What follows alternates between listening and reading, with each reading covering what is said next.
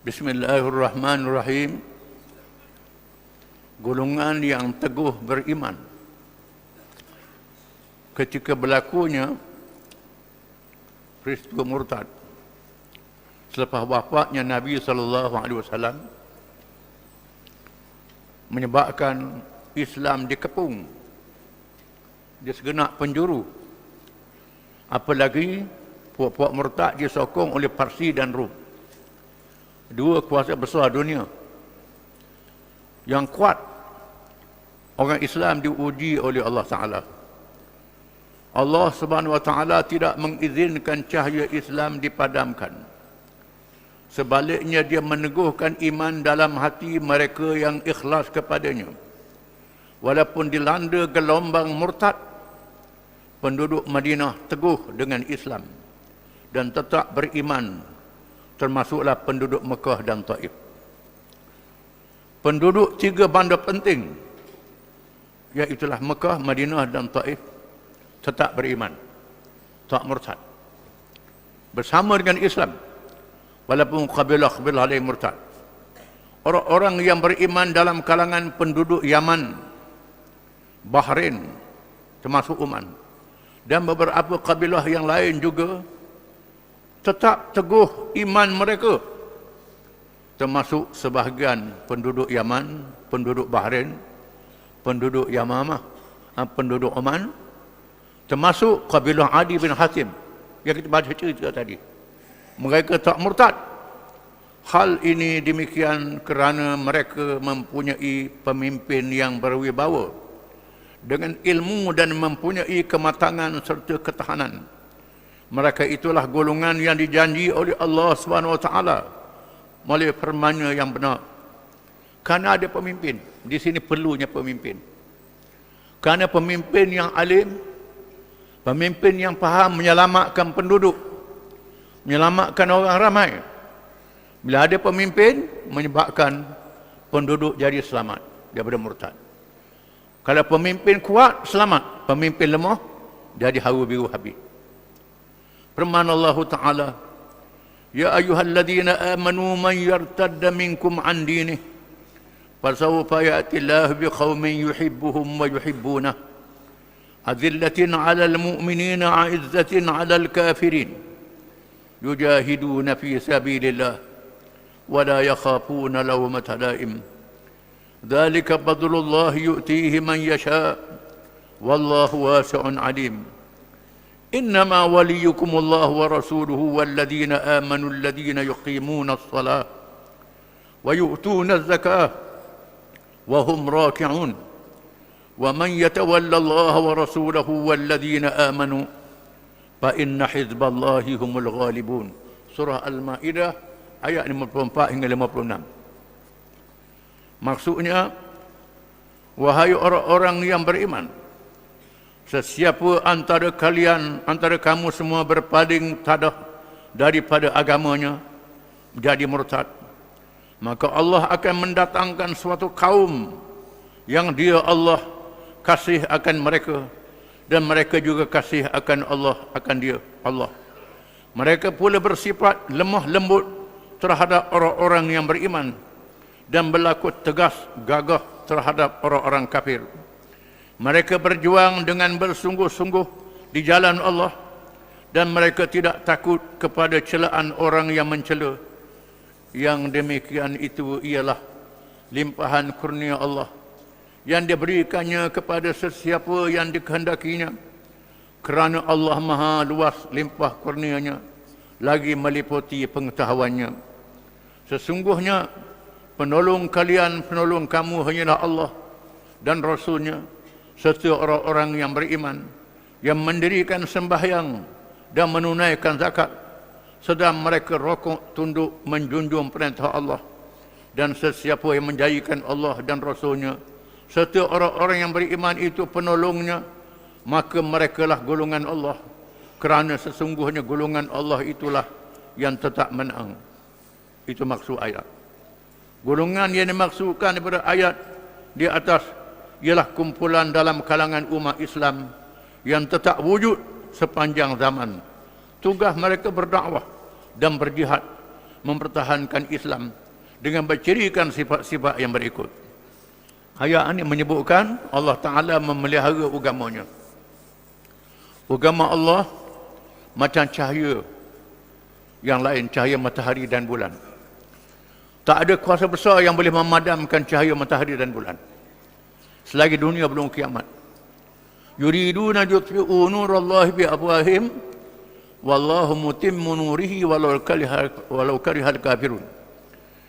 Mereka hendak memadamkan cahaya agama Allah dengan mulut-mulut mereka. Allah Ta'ala tetap menyempurnakan cahayanya walaupun dibenci oleh orang-orang kafir. Ini janji Allah.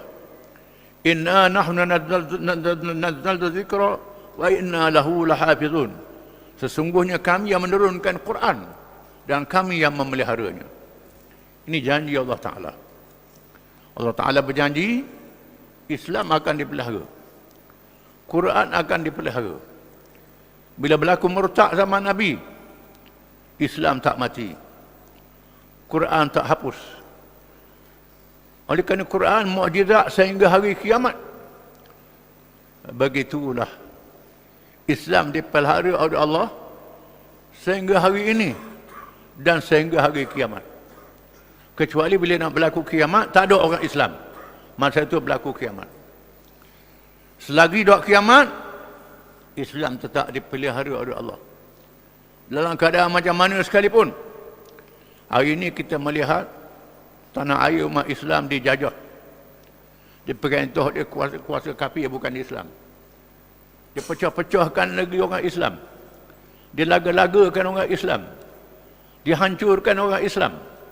Macam-macam dia buat. Dirompok harta orang Islam. Diperhambakan orang Islam. Dibunuhnya orang Islam dengan jumlah yang ramai. Allah Ta'ala tidak izin Islam ini dimatikan. Ayat dibaca tadi adalah Quran yang mukjizat hingga hari kiamat, menandakan akan ada kumpulan Islam yang mempertahankan Islam. Dia sebut kumpulan itu. Yang pertama, Allah mengasihi mereka dan mereka mengasihinya. Yuhibbuhum wa yuhibbuna. Ini sifat yang pertama. Allah Ta'ala mengasihi kumpulan ini dan kumpulan ini kasih pada Allah kerana mereka bersikap teguh dengan Islam yang sempurna seperti mana yang dibawa oleh Rasulullah SAW. Risalah Islam itu mengandungi akidah, syariat dan akhlak, iaitulah akidah, fiqh dan tasawuf, serta beramal dengannya dalam diri masyarakat dan negara. Perkara ini dihuraikan oleh firman Allah Ta'ala. Ini tafsirul Quran bil Quran. Quran menafsirkan Quran. Qul in kuntum tuhibbuna Allah fattabi'uni yuhibbukum Allah wa yaghfir lakum dhunubakum wallahu ghafurur rahim. Katakanlah wahai Muhammad sallallahu alaihi wasallam, jika benar kamu sekalian mengasihi Allah, maka ikutilah daku, nescaya Allah mengasihi kalian serta mengampunkan dosa-dosa kalian, kamu sekalian. Dan ingatlah Allah Maha Pengampun lagi Maha Mengasihi. Iaitulah mereka yang ikut Nabi. Ini mereka yang kasih pada Allah. Ikut ajaran Nabi. Yang boleh buat, dia buat. Tak mampu nak buat, percaya. Percaya. Dia tak mampu nak buat, tapi dia percaya. Ini ajaran Nabi. Percaya pada ajaran Nabi. Ini makna kasih pada Allah Ta'ala. Yang boleh buat, semayang boleh buat, puasa boleh buat, sedekah boleh buat, nikah kahwin boleh buat. Tapi nak pergi haji tak ada pitih, tak ada duit. Nak keluar zakat tak ada duit. Tapi dia percaya ini wajib. Berpolitik menegakkan kerajaan Islam adalah wajib. Dia percaya. Nak buat tak boleh. Kerana tak menang, tak ada kemampuan.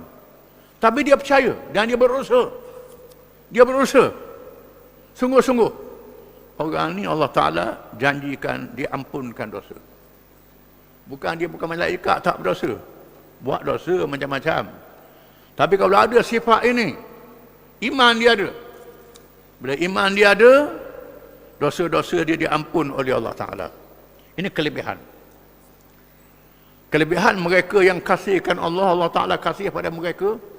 Allah Ta'ala janjikan bila mereka teguh dengan Islam, diampunkan dosa kalau dia bertaubat. Diampunkan dosa dia buat amal yang baik. Amal yang baik menghilangkan amal yang jahat. Kita pernah sebut ajak kali dah. Bagaimana seorang yang dihadapkan di pada mahsyar di hadapan Allah, yang seorang amalannya penuh dengan kejahatan berjela-jela. Sayup mata memandang, tak ada amal baik langsung. Lalu tersandar dia, tak ada amal baik. Penuh surat amal jahat. Tuhan kata, ada tak membuat amal baik? Tak ada ya Tuhan, dia mengaku tak ada. Memang saya jahat sungguh.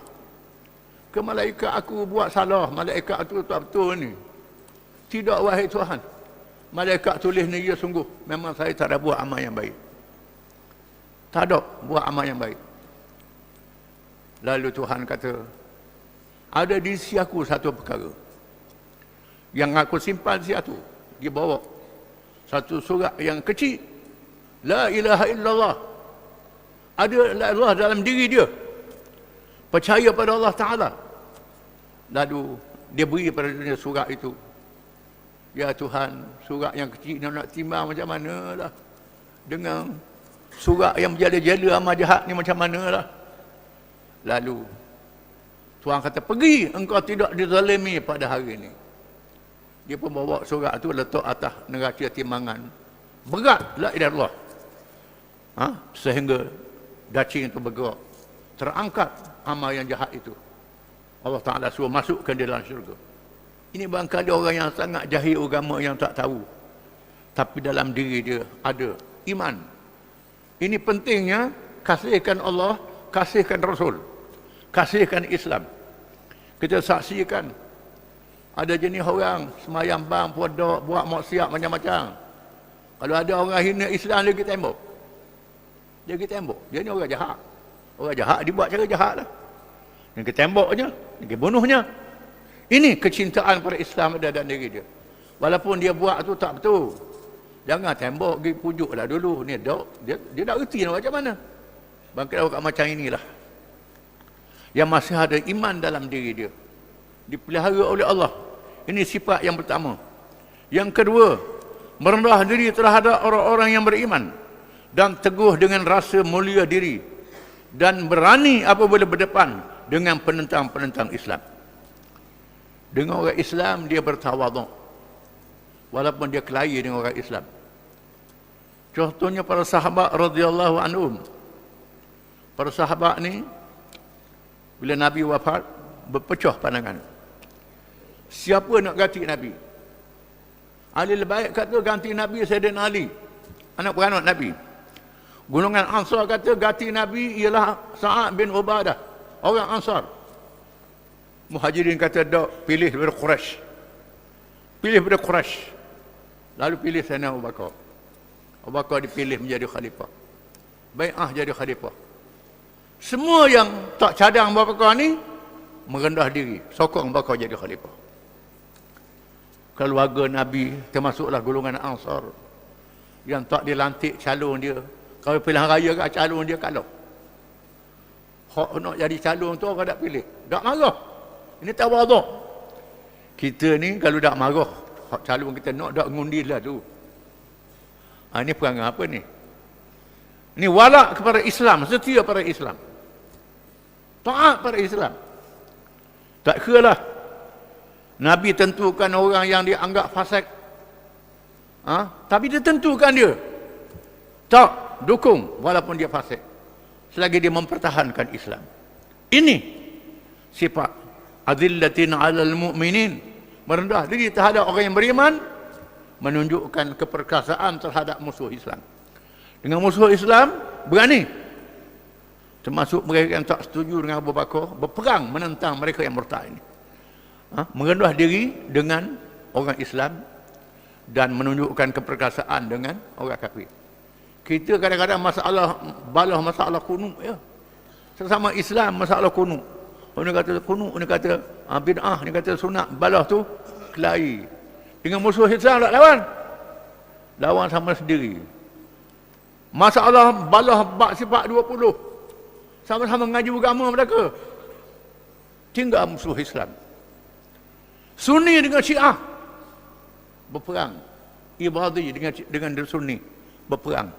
Jatuh kerajaan Osmaniyah, sokong orang putih. Ini jatuhnya kerajaan Islam. Dengan sebab apa?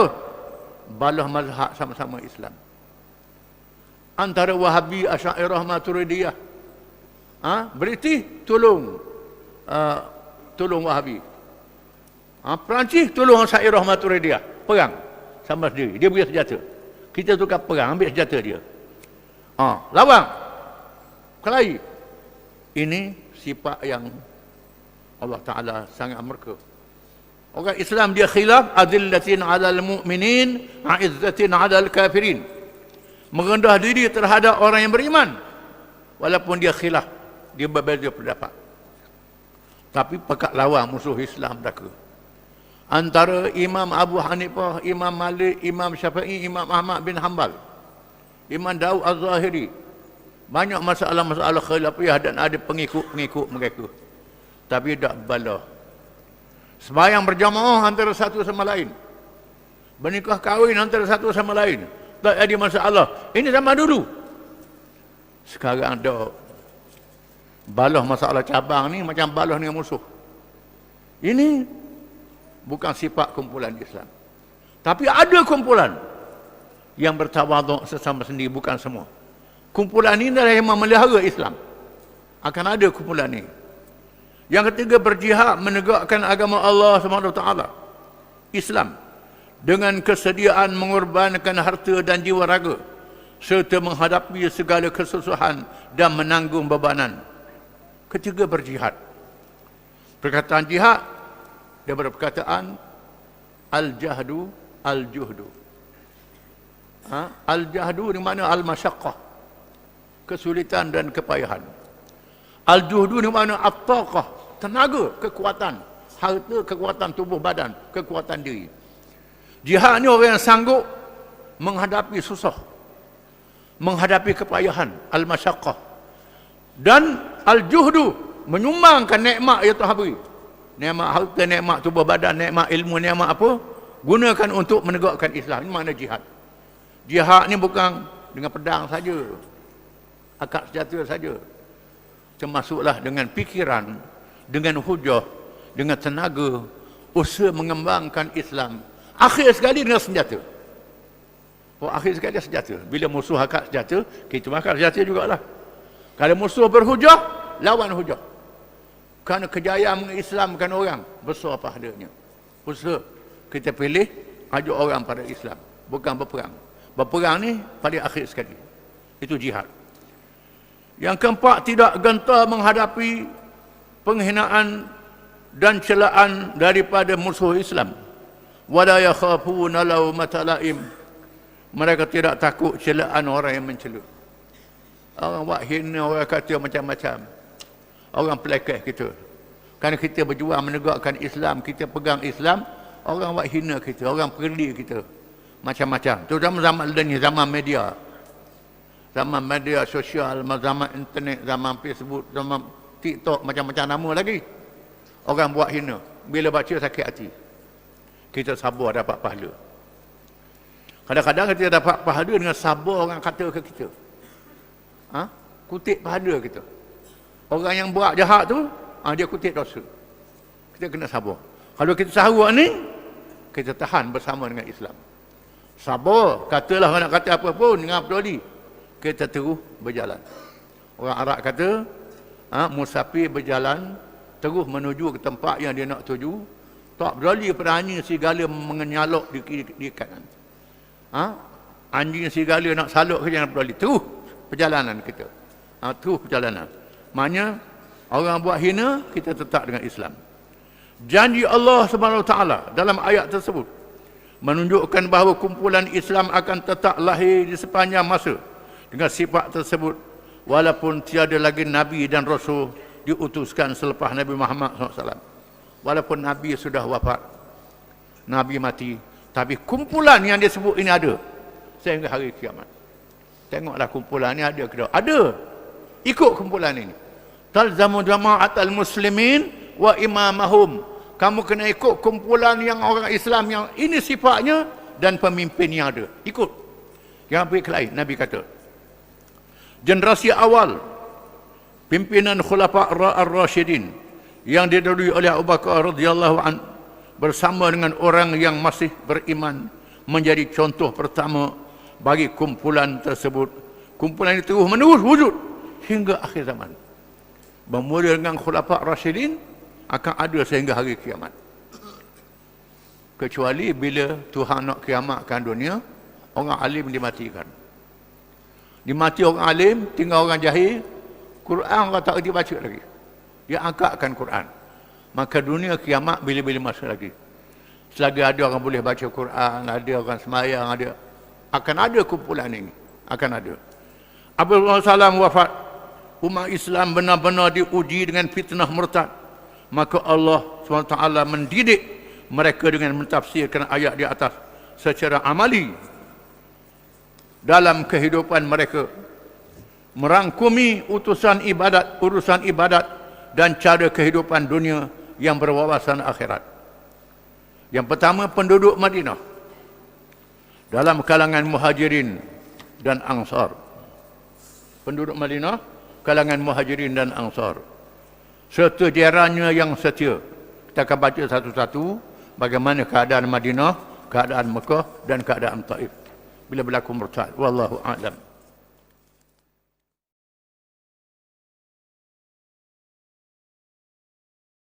Bismillahirrahmanirrahim. Apabila berlakunya peristiwa murtad, selepas wafatnya Nabi SAW, menyebabkan kabilah-kabilah Arab keluar daripada Islam. Murtad. Bukan sikit, ratus ribu. Yang murtad ni pula disokong oleh kuasa besar dunia Parsi dan Rom. Yang tak murtad ialah penduduk Madinah, penduduk Mekah, penduduk Taif, sebahagian penduduk Yaman, penduduk Masqat, Oman, tak murtad. Dan beberapa kabilah, termasuk kabilah Bani Taif, tak murtad. Berapa kabilah lagi?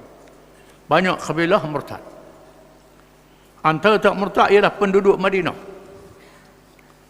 Dalam kalangan Muhajirin dan Ansar, serta jirannya yang setia, mereka secara langsung diselamatkan dengan tarbiyah nabawiyah yang tidak terputus, serta kepimpinan para sahabat ulung yang sentiasa bersama mereka. Bila dengar Nabi murtad, sahabat-sahabat Nabi dalam keadaan yang sedih, keadaan hawa biru. Orang munafik pun menongok kepala. Orang munafik. Ini bahaya. Dalam keadaan begini, Sayyidina Umar bangun. Barang siapa yang kata Rasulullah mati, aku pancung leher dia. Rasulullah tak mati. Rasulullah pensan saja. Rasulullah pensan. Macam Nabi Musa pensan ketika bermunajat kepada Allah. Dalam keadaan yang huru-hara begini, Abu Bakar radhiyallahu an menunjukkan ketokohannya, kepimpinannya. Bakar terus keluar ke masjid setelah melihat Nabi, melihat dah wafat. Bakar keluar. Sayyidina Umar dalam keadaan mengancam orang, siapa yang kata Nabi wafat, aku bunuh. Bakar terus tak berdali berhenti dalam rumah, terus menyampaikan ucapan, ayuhan nas,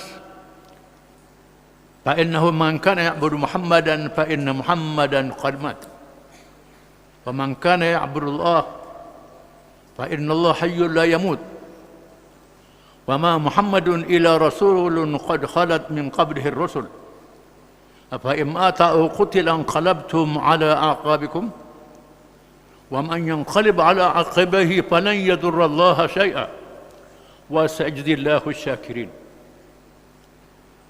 Wahai kamu semua, wahai seluruh manusia, barang siapa yang menyembah Muhammad, Muhammad sudah mati. Barang siapa menyembah Allah, Allah tidak mati sekali-kali. Dan Allah berfirman, tiadalah Muhammad melainkan dia seorang Rasul. Sesungguhnya Rasul-Rasul zaman dahulu telah mati. Adakah sekiranya Muhammad mati dibunuh ataupun mati biasa? Tumit kamu berpusing. Kamu berpaling tadah daripada Islam. Keluar daripada Islam. Barang siapa yang tumitnya berpusing, keluar daripada Islam, dia tidak memberi apa-apa mudarat kepada Allah. Mudarat itu kena atas kepala dia sendiri. Dan Allah membalas pahala yang tak terhingga pada siapa yang bersyukur kepadanya, yang berpegang dengan Islam. Dan dengar ucapan ni, tenang. Sayyidina Umar terduduk habis. Abu Bakar dapat menenangkan keadaan. Maka teguh kepada Islam semula. Ini orang Madinah. Penduduk Mekah jauh daripada Madinah. Tetap dengan Islam beristiqamah bersama pemimpin yang berjaya menguasai keadaan penduduk seluruhnya dengan baik. Pemerintah Mekah yang ditugaskan sejak zaman Rasulullah SAW ialah Attab bin Usaid radhiyallahu anhu, yang masih muda ketika fitnah murtad melanda Mekah. Suhail bin Amr radhiyallahu anhu baru saja memeluk Islam. Sebelum itu beliau pernah menjadi musuh Islam yang ketat dan menunjukkan sikap yang sangat buruk ketika mewakili pemimpin Mekah dalam perjanjian Hudaybiyah. Suhail bin Amr beroleh hidayah dan melakukan satu jasa yang besar terhadap Islam apabila menyelamatkan penduduk Mekah dengan menghadapi gelombang murtad yang dahsyat itu. Mekah, gubernur dia muda sangat, umur 20-an. Attab bin Usaid radhiyallahu anhu. Nabi lantik jadi gubernur. Orang muda. Kerana dia hafal Quran. Orang yang banyak hafal Quran, dia faham Quran, jadi pemimpin. Lantik jadi gubernur Attab bin Usaid. Berlaku murtad, dak wani bangun dia, takut. Orang muda. Bagaimana Mekah jadi selamat, penduduk selamat? Diselamatkan oleh Suhail bin Amr radhiyallahu anhu. Suhail bin Amr ni adalah seorang yang baru masuk Islam. Dalam perjanjian Hudaybiyah, dia masih kafir lagi. Dia jadi wakil Quraisy musyrikin untuk berunding dengan Nabi dalam perjanjian Hudaybiyah. Bila Sayyidina Uthman yang dihantar ditahan, Nabi nak berperang, Quraisy musyrikin hantar utusan. Dia ketua Suhail bin Amr jadi ketua, dia kafir lagi. Lalu bersetuju buat perjanjian. Nabi SAW tulis surat perjanjian. Inilah perjanjian Muhammad Rasulullah dengan Suhail bin Amr. Suhail kata, aku tak percaya dengan Rasulullah. Sebut Muhammad bin Abdullah. Sebut nama ayahmu. Kalau kau percaya Rasulullah, aku tak lawanmu lah. Tu dia Muhammad bin Abdullah. Ini kerahnya Suhail bin Amr ni. Nabi kata, Ali buan kataan Rasulullah. Sayyidina Ali tak mau buan. Nabi tanya dekat mana? Sayyidina Ali tunjuk, Nabi buan dengan tangan dia. Tulis Muhammad bin Abdullah. Ini Suhail bin Amr. Kerahnya pada masa itu. Tiba-tiba dia dapat hidayah, dia masuk Islam. Inilah orang. Kita tak boleh mudah orang ni. Orang yang dapat hidayah, walaupun baru Islam, kuat Islamnya. Ada orang tengah-tengah hidayah, lucu, cabut nyacam. Lari bergapuk. Keluar lawan Islam. Na'udzubillahi min dzalik. Ini masalah hati manusia. Suhail bin Amr bila dengar peristiwa murtad, Gubernur Mekah Attab bin Usaid tak ada. Beliau tampil ke atas pintu Kaabah lalu menyeru kepada penduduk Mekah agar berhimpun. Dia terus naik atas pintu Kaabah melaungkan penduduk Mekah supaya berhimpun beramai-ramai. Orang Mekah akan keluar. Setelah ramai yang datang, Suhail menyampaikan pidatonya, menyampaikan ucapannya. Ya ahla Makkah, la takunu akhira man aslam wa awwala man irtad. Wallahi la yutimmanna Allahu hadzal amra kama dzakara Rasulullah sallallahu alaihi wasallam. Walaqad ra'aituhu qa'iman maqami hadza wahdah. Ucapan dia. Wahai penduduk Mekah, janganlah kamu sekalian menjadi kelompok terakhir yang memeluk Islam, kemudiannya menjadi kelompok pertama yang murtad. Keras ucapan dia. Dalam masuk Islam kediang, murtad dulu pada orang. Demi Allah, sesungguhnya dia akan menyempurnakan urusan menegakkan agama ini seperti mana yang pernah disebut oleh Rasulullah sallallahu alaihi wasallam. Sesungguhnya aku telah menyaksikan Rasulullah sallam di tempat aku berdiri ini keseorangan. Aku saksi diri bagaimana benar kata Nabi. Rasulullah pernah berdiri di tempat ini seorang dia. Tiba-tiba orang ramai masuk Islam. Islam tak mati. Orang ramai masuk Islam. Baginda pernah bersabda, Qulu ma'i la ilaha illallah tadin lakumul arab wa tuaddi ilaikumul ajamul jizyah. Rasulullah pernah bersabda, kata Suhail, ucapkanlah bersamaku kalimah ini bahawa tiada Tuhan yang sebenar melainkan Allah.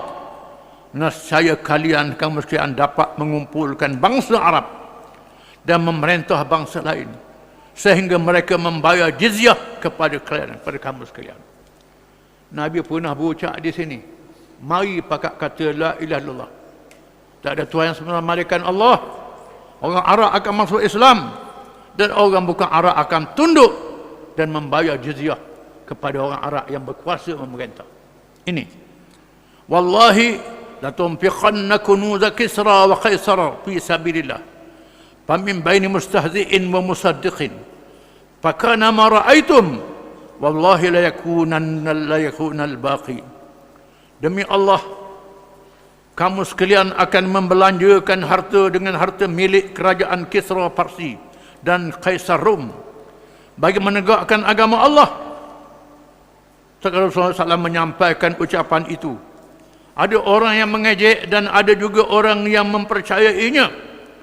Sebenarnya telah berlaku apa yang kalian telah saksikan. Sebahagian daripadanya, demi Allah, pasti akan berlaku perkara yang berikutnya. Kamu saksikan, Nabi pernah berucap, Parsi dan Rom akan kalah. Orang Arab sudah kalah. Kamu saksikan orang Arab sudah kalah. Dan Parsi dan Rom akan kalah. Mesti berlaku. Ini ucapan Nabi. Ucapan mesti berlaku. Ini ucapan Suhail bin Amr. Ucapan disampaikan di atas menyedarkan penduduk Mekah daripada kebingungan, dari membangkitkan kebingungan dan membangkitkan semangat mereka. Ucapan ini menyedarkan orang Mekah dan membangkitkan semangat dengan Islam. Lemah-lemah iman tak jadi murtad. Ini penduduk Mekah. Penduduk Taif pula yang kediam masuk Islam. Taif yang pernah tagur Nabi dengan batu sehingga berdarah. Taif yang Nabi serang berapa kali. Bunuh pemimpin dia, Urwah bin Mas'ud. Dibunuhnya kerana ajak masuk Islam. Orang Taif ni sangat keras. Bila kabilah Arab lain masuk Islam, barulah orang Taif masuk Islam. Lepas masuk Islam tak berapa lama, Nabi wafat. Taif macam mana? Penduduk Taif terus teguh bersama Islam setelah mendengar ucapan pemimpin mereka, iaitu Uthman bin Abdul As As-Saqafi radhiyallahu anhu, yang dilantik oleh Rasulullah SAW. Beliau telah berjaya meneguhkan keyakinan penduduk Taif yang digugat dengan murtad dan penentangan secara ganas yang disebarkan. Antara isi ucapan Uthman bin Abdul As ialah, Ya ma'syara Taif, ya ma'syara Thaqif, kuntum akhiran nasi islaman, fala takunu awalan nasi riddah. Wahai Bani Thaqif, penduduk Taif ni Bani Thaqif, kalian ialah orang-orang yang terakhir memeluk Islam, maka janganlah kalian menjadi orang yang pertama murtad. Ucapan dia tegas. Dahlah kamu masuk Islam kediam pada orang, nak murtad dulu pada orang. Jangan sekali-kali. Penduduk Taif dengar kata, dengar nasihat pemimpin dia Uthman bin Abil As. Sebahagian penduduk Yaman, Bahrain dan beberapa kabilah yang tetap dengan Islam, mereka tidak terpengaruh dengan kesesatan yang berlaku. Mereka bangkit berjihad bersama pemimpin dalam kalangan sahabat menentang penyelewengan dengan gagah berani untuk beroleh kemenangan atau syahid. Mereka ni bukan sahaja tetap Islam, berperang menentang mereka yang murtad. Perang dengan gagah berani, tak undur, sama ada menang atau mati syahid. Di sini menyebabkan banyaknya orang hafal Quran mati syahid. Yang hafal Quran pergi berjihad, banyak mati syahid. Sehingga Sayyidina Abu Bakar bimbang, takut Quran hilang. Kerana hufazul Quran banyak mati syahid di medan perang melawan orang murtad. Lalu diarahkan mengumpulkan Quran yang ditulis, yang dihafal, dikumpulkan. Kita akan baca kemudian. Ada kalangan mereka, golongan yang sabar walaupun terkepung, sehingga terpaksa berlapar dan menahan dahaga sebelum datangnya bantuan. Kisah ini akan dijelaskan secara terperinci dalam kisah gerakan ketenteraan yang dilakukan wilayah-wilayah tersebut. Setengah kabilah tu tetap dengan Islam, dikepung oleh orang murtad, sampai lapar, dahaga, nak mati, tak keluar daripada Islam. Sehingga datang tentera membebaskan mereka. Kita akan baca kemudian. Keadaan semakin terkawal dengan keberadaan pemimpin daripada generasi sahabat yang berilmu dan mempunyai kewibawaan dalam memimpin masyarakat. Maka jelaslah mengapa tugas mewujudkan ahli ilmu yang berkemampuan sedemikian adalah fardu kifayah. Yang lebih besar hal ini mengatasi perkara fardu kifayah lain seperti sembahyang jenazah yang juga termasuk dalam perkara yang besar dalam masyarakat. Di sini menunjukkan wajibnya kita menghidupkan ilmu Islam. Fardu kifayah melahirkan ulama. Kena ada pusat pengajian, ada pondok, ada macam-macam. Untuk melahirkan ulama ini adalah fardu kifayah untuk menyelamatkan umat. Kerana sahabat-sahabat zaman dulu selamat dengan sebab adanya ulama-ulama sahabat. Kalau tak ada ulama, habis jadi punah, jadi rosak belaka. Di mana melahirkan ulama ini adalah fardu kifayah. Fardu kifayah orang Melayu ni sembahyang mayak je. Tak lebih daripada mayak tu je fardu kifayahnya. Barang sangat. Hak orang mati dah, hak hidup tak cara. Kita kena faham, nak cara hidup ni mestilah dengan ilmu. Maka benarlah perintah Allah Subhanahu wa taala. Wa ma kana al mu'minuna liyanfiru kaffah. Falaula nafara min kulli firqatin minhum ta'ifatun yatafaqahu fid din wal yunziru qaumahum idza raja'u ilaihim la'allahum yahdharun. Dan tidaklah betul dan elok orang-orang yang beriman keluar semuanya pergi berperang. Oleh itu hendaklah keluar sebahagian sahaja daripada tiap-tiap puak mereka, supaya orang yang tinggal itu mempelajari secara mendalam ilmu yang dituntut, supaya memahami agama Islam, dan supaya mereka mengajar kaumnya apabila kembali kepada mereka. Mudah-mudahan mereka dapat berjaga-jaga daripada melakukan larangan Allah. Menunjukkan fardu kifayah kena ada orang mengaji. Bukan semua pergi perang belaka. Kalau semua pergi perang belaka, habislah Islam ni. Sebahagiannya pergi berperang, sebahagiannya mengaji, menuntut ilmu. Kena ada sebahagian. Khususnya yang muda-muda yang tak boleh pergi perang lagi, yang muda ataupun dibahagi sebahagiannya menuntut ilmu, sebahagiannya berperang. Mesti ada yang menuntut ilmu kerana nak jaga Islam dengan ilmu. Sambung perjuangan Nabi. Tutup ilmu ni bukan belajar mengaji semata-mata.